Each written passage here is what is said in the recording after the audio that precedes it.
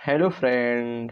आज फिर हम बच्चों के डिमांड पे जो है एक वीडियो लेकर आया जिसमें इम्पॉर्टेंट बहुविकल्पी हम करेंगे। और ये इम्पॉर्टेंट बहुविकल्पी जो होगा हमारे क्लास 10 के भौतिक विज्ञान चैप्टर 4 के विद्युत धारा से है, जो हमने सीट 1 सीट 2, आज हम सीट 3 मतलब जो है 2 वीडियो पढ़ा चुका हूँ। आज हम तीसरा वीडियो पढ़ाऊंगा सीट नंबर 3, जो हमारे एग्जाम में ये भी हमेशा बार बार क्वेश्चन पूछा। इसमें भी हम इम्पॉर्टेंट बहुविकल्पी प्रश्न लेकर आए हैं विद्युत धारा का, जिससे आपके एग्जाम में विद्युत धारा से हमारी पूरी कोशिश है कि कोई बहुविकल्पी प्रश्न छूटे ना। इसलिए हम लगातार आप सबको बच्चों को ऑनलाइन पढ़ाने की पूरी कोशिश कर रहे हैं। और ये वीडियो अच्छा लगे दोस्तों तो वीडियो को लाइक शेयर और हमारे बच्चे जो हैं इसको मन और श्रद्धा से जो है सब्सक्राइब कीजिएगा और अपने दोस्तों को भेजिए, जिससे इसका उनको बेनिफिट मिल सके। और अपना यूट्यूब चैनल का नाम पता है क्या है? यूट्यूब चैनल का नाम क्या है? अपने यूट्यूब का चैनल का नाम है विजन क्लासेस VI। जाइए वहाँ पे और अपने विजन क्लासेस VI को सब्सक्राइब कीजिए। और हम बढ़ते हैं जो है नई सीट और नए प्रश्न की तरफ। प्रश्न नंबर हमारा पहला क्या कह रहा है, वहाँ चलते हैं।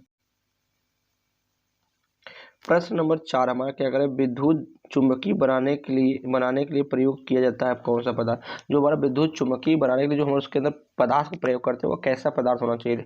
नरम लोहा होना चाहिए कि इस जो है इस्पातम होना चाहिए, निकेल होना चाहिए, कि इनमें से कोई नहीं होना चाहिए? तो यहाँ से क्या होना चाहिए, हमेशा इसका जो होगा नरम लोहा होना चाहिए। कैसा होना चाहिए? विद्युत चुंबकीय जो है पदार्थ को बनाने के लिए उपयुक्त करने के लिए जो पदार्थ यूज करते हैं वो नरम लोहे का यूज करते हैं। मतलब पहले का आंसर ए सी। हम बढ़ते प्रश्न नंबर 2 की तरफ। प्रश्न नंबर 2 हमारा क्या कर रहा है? प्रश्न नंबर 2 हमारा जो यहाँ से कर रहा है कि किसी परिपथ के सतह या बंद पथ पर क्या होता है? विद्युत परिपथ होता है कि विद्युत धारा पथ होता है, विद्युत विभव पथ होता है, विद्युत शक्ति पथ होता है? सभी जो जितने बच्चों देख रहे हैं वीडियो को कमेंट में जरूर बताएंगे कि प्रश्न नंबर 2 का आंसर क्या है। प्रश्न नंबर 2 का आंसर जो है वो तुम्हारा ए है, विद्युत परिपथ होता है। किसी विद्युत धारा के सतह या बंद पथ को क्या कहते हैं? विद्युत परिपथ कहते हैं। हम प्रश्न नंबर 3 की तरफ बढ़ते हैं। प्रश्न नंबर हमारा 3 क्या कर रहा है? प्रश्न नंबर जो हमारा 3 कर रहा है वो प्रश्न नंबर 3 हमारा जो यहाँ से कर रहा है वो कर रहा है कि विद्युत धारा के तापीय प्रभाव का उपयोग किसमें नहीं होता है? विद्युत हीटर, विद्युत इस्त्री, विद्युत बल्ब या विद्युत पंखा में? किसमें नहीं होता है? तो विद्युत पंखा में हमारा जो है यहाँ से तापीय प्रभाव का जो उपयोग नहीं किया जा सकता है। अगले प्रश्न की तरफ बढ़ते हैं। अगला प्रश्न हमारा क्या कर रहा है? किसी विद्युत धारा की चाल और प्रकाश की चाल में क्या संबंध है? दोनों की चाल समान, या विद्युत धारा की चाल प्रकाश की चाल से अधिक, या प्रकाश की चाल विद्युत धारा की चाल से अधिक, या सभी कथन असत्य है? सभी कथन असत्य है। बताइए, विद्युत धारा की चाल और प्रकाश की चाल में क्या अंतर है? दोनों समान होते हैं, कोई अंतर नहीं है। मतलब चौथे प्रश्न का जो है ये आंसर राइट। अगले प्रश्न बढ़ते हैं। अगला प्रश्न हमारा क्या कर रहा है? अगला प्रश्न जो हमारे यहाँ से कर रहा है कि किसी विद्युत परिपथ में इकाई धन आवेश को एक बिंदु से दूसरे बिंदु तक लाने में किया गया कार्य को मापा जा सकता है। बिंदुओं के बीच को क्या कहते हैं? बिंदुओं के बीच को क्या कहते हैं? धारा कहते हैं, विभवांतर कहते हैं, कि जो है तुम्हारा से यहाँ से प्रतिरोध कहते हैं, कि इनमें से कोई नहीं कहते? क्या कहते हैं? तो कई पढ़े हो गए कि दो बिंदुओं के बीच, एक बिंदु से दूसरे बिंदु तक लाने में बीच किया गया कार्य, तो उसको हम क्या कहते हैं? धारा कहते हैं। V बराबर क्या होता है फार्मूला यहाँ से? W/Q। क्या होता है? W/Q। तो हमारा जो है यहाँ से B answer is the right. अगले प्रश्न की तरफ बढ़ते हैं। 5वें प्रश्न का बी इज द प्रश्न राइट है। प्रश्न नंबर 6 की तरफ बढ़ते हैं। प्रश्न नंबर 6 क्या कर रहा है कि विद्युत धारा में तार की लंबाई प्रति मीटर लंबाई के 2 गुणे घाते -7 न्यूटन बल से उत्पन्न करती है, तो वह धारा होगी। क्या धारा होगी? 1 एम्पीयर धारा होगी, कि 2 एम्पीयर धारा होगी, कि 3 एम्पीयर धारा होगी, 10 एम्पीयर धारा होगी? तो यहाँ जो है हमारा इसका आंसर 1 एम्पीयर धारा होगी। प्रश्न 6 का आंसर जो है ए। हम प्रश्न नंबर 7वें की तरफ बढ़ते हैं। प्रश्न नंबर 7वां हमारा क्या कर रहा है? कर रहा है कि 6 वोल्ट बैटरी से गुजरने वाले हर 1 कूलम आवेश को कितनी ऊर्जा दी जा सकती है? कितनी ऊर्जा दी जा सकती है? तो यहाँ से जो है हमारी 12 जूल, या 6 जूल, या 1 जूल, या 5 जूल? तो यहाँ से जो हमारा answer is the B. 6 volt की बैटरी से गुजरने वाले 1 कूलम आवेश पर कितनी ऊर्जा दी जा सकती है? तो W बराबर तुम्हारा, ये तुम्हारा U के बराबर होता है, ये जो ऊर्जा। तो यहाँ W बराबर क्या होता है, या फिर V बराबर क्या होता है? W/Q क्यू होता है, तो डब्ल्यू को भी का मान दे रखा है, तो क्यू का मान 1 दे रखा है, तो इसका मान क्या हो जाएगा 6 हो जाएगा। हम प्रश्न नंबर 8वें की तरफ बढ़ते हैं। प्रश्न नंबर 8वां हमारा क्या कर रहा है कि इलेक्ट्रॉन पर आवेश होता है 1.6 गुणित 10 घाते माइनस 19, सॉरी 1.6 गुणित 10 घाते माइनस 20, ये 10 घाते माइनस तुम्हारा क्या है माइनस 20 है, ये तुम्हारा क्या 10 घाते माइनस 27 है, गलती से लिखा गया, ये तुम्हारा है 10 घाते माइनस 19 है, और इनमें से कोई, तो हमारा answer C answer is the right. 1.6 गुणित 10 घाते माइनस 19 कुलाम होता है। क्या होता है? कुलाम। 8वें का जो है C answer is the right. हम प्रश्न नंबर 9 की तरफ बढ़ते हैं। 9 प्रश्न हमारा क्या कर रहा है? 9 प्रश्न जो हमारा कर रहा है कि समांतर क्रम में संयोजित 10 प्रतिरोध, कितना 10 प्रतिरोध का जिसमें प्रत्येक का मान 10 ओम है, तो समतुल प्रतिरोध का मान क्या होगा? समतुल प्रतिरोध का मान क्या होगा? तो समांतर क्रम में पढ़े होंगे समतुल प्रतिरोध का फॉर्मूला होता है 1/R बराबर 1/R1 plus 1/R2 plus 1/R3, ऐसे करते करते जाएंगे, इसका मान आएगा 10/10। जब इसको काटोगे तो हमारा क्या आएगा 1 ओम, 1 ओम आएगा, क्या आएगा 1 ओम। हमारा जो यहाँ से 9वें का आंसर जो है सी इज द राइट। हम प्रश्न नंबर 10 की तरफ बढ़ते हैं। प्रश्न नंबर 10 हमारा क्या करा है? प्रश्न नंबर 10 कराया कि अगर बैटरी से केवल प्रतिरोधों के एक समूह की संयोजित है, तो स्रोत की ऊर्जा में निरंतर पूर्ण रूप से किस ऊर्जा में परिवर्तन होगा? प्रकाश ऊर्जा में, कि तापीय ऊर्जा में, कि यांत्रिक ऊर्जा में, गतिज ऊर्जा में? सभी बच्चे इस जो है आंसर, मतलब इस प्रश्न नंबर 10 का जो आंसर सभी बच्चे कमेंट में जरूर बताना, और जितना हो गया बड़े कॉन्फिडेंस के साथ जो है लिखना। जो है हम बढ़ते हैं अपने, तो हाँ सॉरी, इसका आंसर तो बताया नहीं। इसका आंसर जो होगा तुम्हारा क्या होगा? तापीय ऊर्जा में। किसमें होगा ये? तापीय ऊर्जा में। जो ऊर्जा निरंतर जो होता है, ऊर्जा निरंतर को पूर्ण जो किस ऊर्जा में बदलेंगे? तापीय ऊर्जा में परिवर्तन किया जाएगा। ठीक है, हम प्रश्न नंबर 11 की तरफ बढ़ते हैं। प्रश्न नंबर 11 हमारा क्या करा है यहाँ से? तो प्रश्न नंबर 11 जो हमारा करा है, धातु तथा मिश्र धातु की प्रतिरोधकता में बहुत कम होती है, जिसका परिशुद्ध कितना होना चाहिए? तो जिसका परिशुद्ध कितना होना चाहिए यहाँ से, इसका आंसर जो है जिसका परिशुद्ध होना चाहिए तुम्हारा 2 मीटर, यहाँ पे 2 मीटर 10 घात, मतलब इसका answer B is the right answer होगा। हम बढ़ते हैं प्रश्न नंबर 12 की तरफ। प्रश्न नंबर 12 हमारा क्या करा है? प्रश्न नंबर 12 कराया कि अर्धचालक का ताप बढ़ाने पर उसका प्रतिरोध क्या होता है? जो है बढ़ता है, घटता है, या अपरिवर्तित रहता है, या इनमें से कोई प्रभाव नहीं पड़ता? यह बात है कि अर्धचालक ताप बढ़ाने पे जो है उसके जो है प्रतिरोध कोई प्रभाव नहीं पड़ता है, उससे जो है कोई मतलब नहीं है, तो ये अपरिवर्तित रहेगा। क्या रहेगा? अपरिवर्तित। ब्राह्मण का answer C is the right. हम प्रश्न नंबर 13 की तरफ बढ़ते हैं। प्रश्न नंबर 13 हमारा क्या करा है? प्रश्न नंबर हमारा 13 करा कि यदि चांदी के तार का ताप बढ़ाया जाए तो उसका प्रतिरोध क्या होगा? बढ़ेगा, घटेगा, या अपरिवर्तित रहेगा? इनमें से कोई नहीं।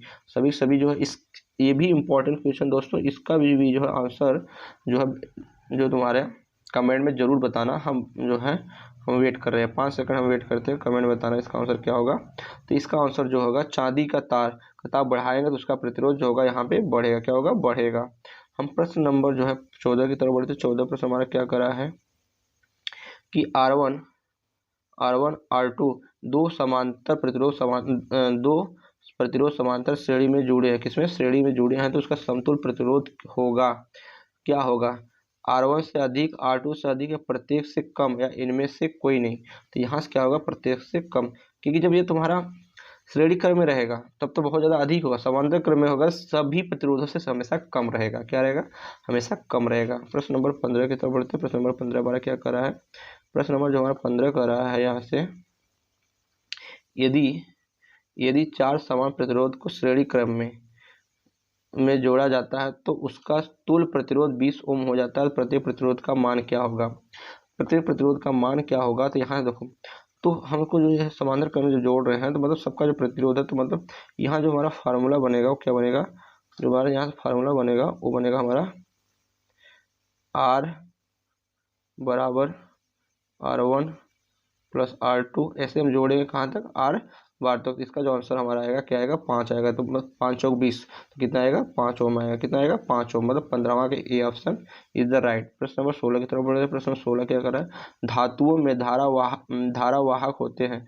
धातुओं के अंदर क्या होते हैं, धातुओं के अंदर धारावाहक होते हैं प्रोटॉन, मुक्त इलेक्ट्रॉन, कोर इलेक्ट्रॉन, इनमें से कोई नहीं। तो इसमें क्या होते हैं, मुक्त इलेक्ट्रॉन होते हैं। क्या होते हैं, मुक्त इलेक्ट्रॉन होते हैं।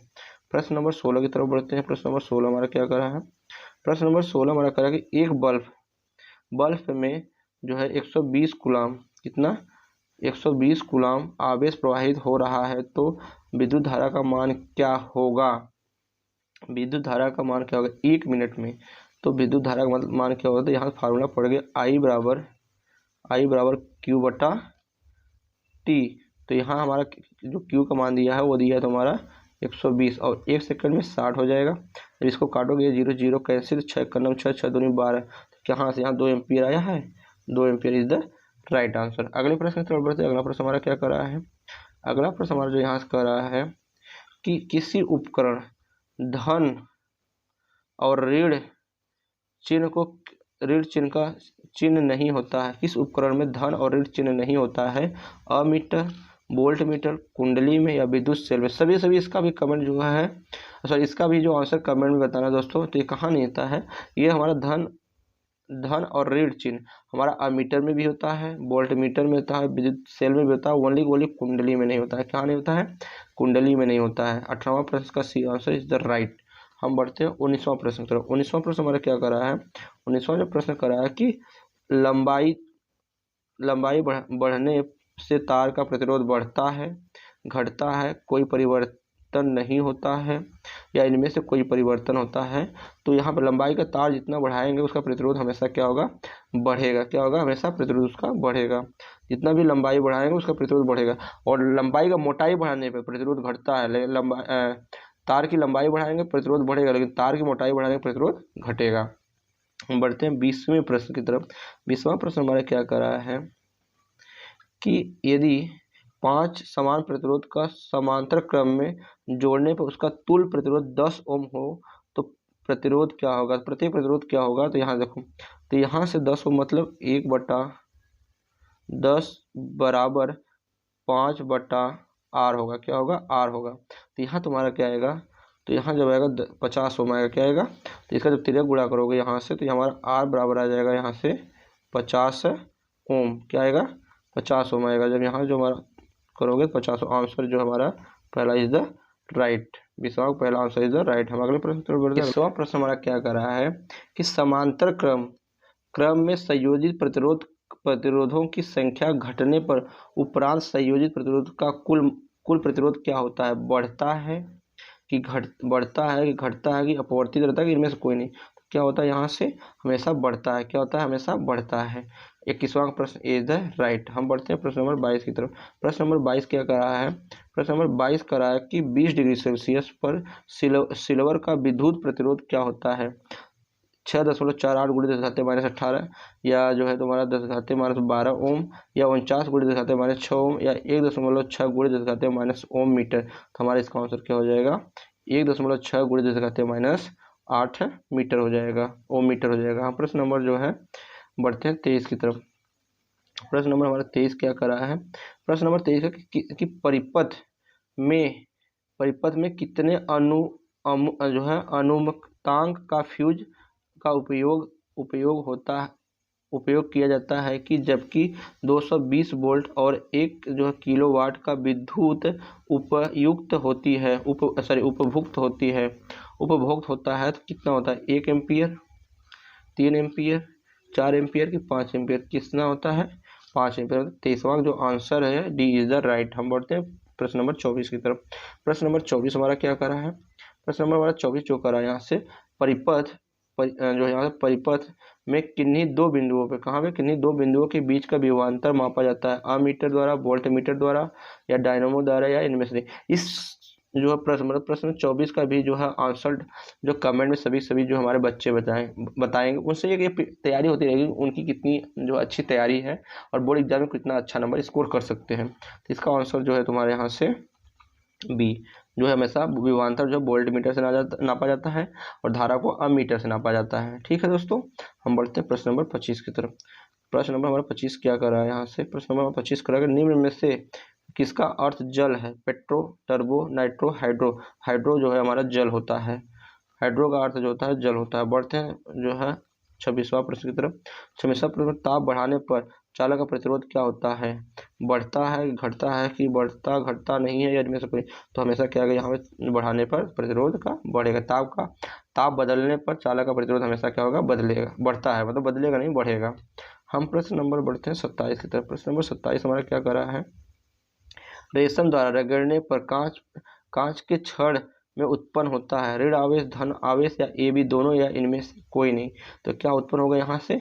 जब हम रेशम द्वारा रगड़ने पर कांच पर हमारा क्या आवेश उत्पन्न होगा? वहाँ धन आवेश उत्पन्न होगा। क्या होगा? धन आवेश उत्पन्न होगा। हम बढ़ते हैं प्रश्न 28 की तरफ। हाँ, यहाँ से देखो, ऊन द्वारा एवोनाइट के छड़ को रगड़ने पर एवोनाइट की छड़ पर उत्पन्न होता है, क्या उत्पन्न होता है? ऋण आवेश उत्पन्न होता है। हम 29 जो हमारा यहाँ से कर रहा है कि दो आवेशित वस्तु पर लगने वाले बल कौन सा नियम लागू करता है? फैराडे का नियम कि एम्पियर का नियम?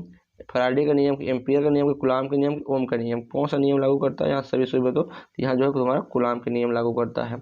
ये फार्मूला पढ़े हो गए। एफ बराबर जो होता है तुम्हारा यहाँ से, एफ बराबर जो होता है 1/4 pi epsilon not Q1 Q2 बटे आर स्क्वायर, जो ये तुम्हारा किसका नियम है? ओम का नियम है।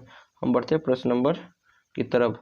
और दोस्तों ये वीडियो अच्छा लगे इस वीडियो को लाइक शेयर सब्सक्राइब करना, जिससे हमारी नई नई नोटिफिकेशन आप तक पहुंचता रहे।